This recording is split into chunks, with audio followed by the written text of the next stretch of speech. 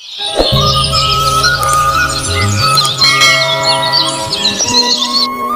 गांव में राहुल और बिशु नाम के दो किसान रहते थे। दोनों ही बहुत अच्छे मित्र थे। गांव में उनकी दोस्ती को देखकर सभी लोग बहुत खुश हो जाते थे। राहुल बहुत आस्तिक था और बिशु बहुत ही परिश्रमी था।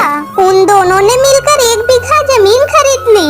उनका उद्देश्य था खेती करके अमीर होना। बिशु ने कहा, देखो देखो भाई राहुल, अगर हम सही से परिश्रम कर सके तो हमारी फसल बहुत ही अच्छी उगेगी। हाँ, अगर ऊपर वाले की इच्छा हुई तो जरूर कर पाएंगे। दोनों ने अपने अपने विचार बताए।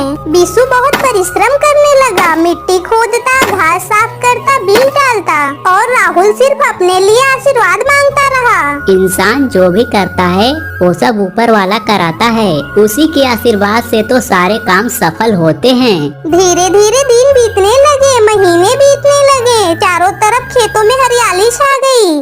देखो राहुल भाई, कितनी अच्छी फसल उगी है हमारी। हाँ, ये सब ऊपर वाले का आशीर्वाद है। मैं तो रोज ऊपर वाले को याद करता हूँ। लेकिन बिशु ने कुछ भी नहीं कहा। वो सिर्फ मन लगाकर अपना काम करने लगा और कुछ दिन बाद फसल उग गई। जमीन सुनहरी फसल से भर गई।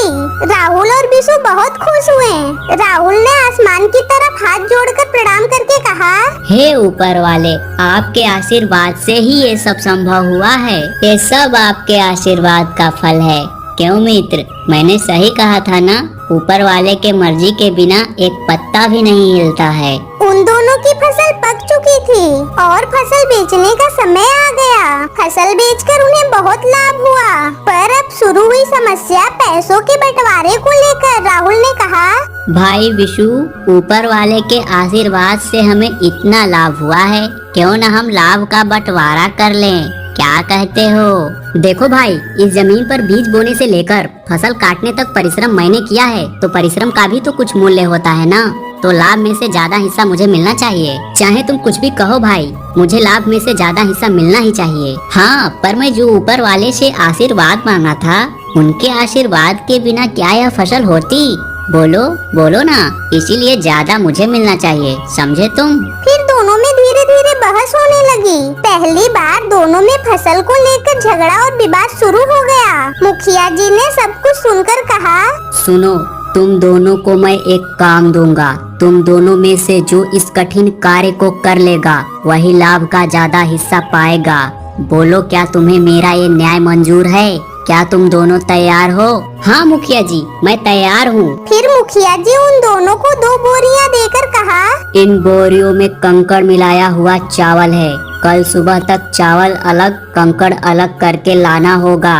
मैं तुम दोनों का काम देखकर विचार करूँगा, ठीक है? राहुल और बिशु दोनों बोरियां उठाकर ले जाते हैं। राहुल बोरी को मंदिर में रख देता है और मन ही मन सोचता है, हे ऊपर वाले, अगर आपका आशीर्वाद रहा तो जरूर सब संभव होगा, फिर से साबित हो जाएगा। हे ऊपर वाले, मुझे लाभ का ज्यादा हिस्सा दिला दो। पर बिशु रात को दिया जलाकर चावल और कंकड़ अलग करने लगा। राहुल ऊपर वाले के लिए बोरी रखकर सो जाता है। जैसे ही सुबह हुई, बिशु ने बोरी के चावल और कंकड़ जितना चुन पाया अलग अलग करके मुखिया जी के पास ले आया। हुजूर, पूरा तो संभव नहीं हो पाया है, कुछ बाकी है। अब राहुल ने क्या किया, ये भी तो देखूं जरा, उसके बाद ही विचार करूंगा। उधर राहुल ऊपर वाले पर भरोसा करके नींद से उठकर बोरी लेकर मुखिया जी के पास उपस्थित हो गया। मुखिया जी ने पूछा, तुम क्या पूरी बोरी के चावल चुन कर लाए हो?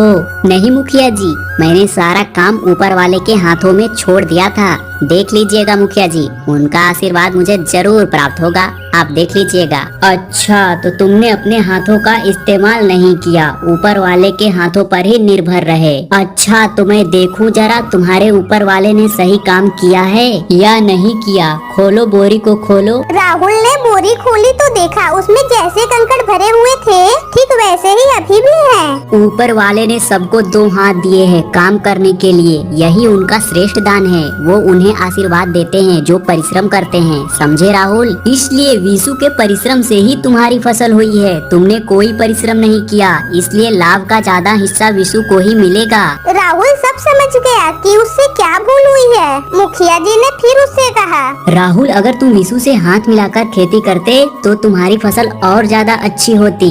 और तुम दोनों और ज्यादा अच्छी फसल उगा पाते। उसके बाद राहुल और बिशु अपने जमीन पर परिश्रम करने लगे। उस वर्ष और भी ज्यादा फसल हुई, बहुत ज्यादा लाभ हुआ और फिर कभी उनके बीच हिस्सा या बंटवारे को लेकर विवाद नहीं हुआ। अगर आपको हमारी यह कहानी पसंद आई हो तो और नई अधिक कहानियों के लिए इस वीडियो को लाइक करें, शेयर करें और हमारे चैनल को सब्सक्राइब करें।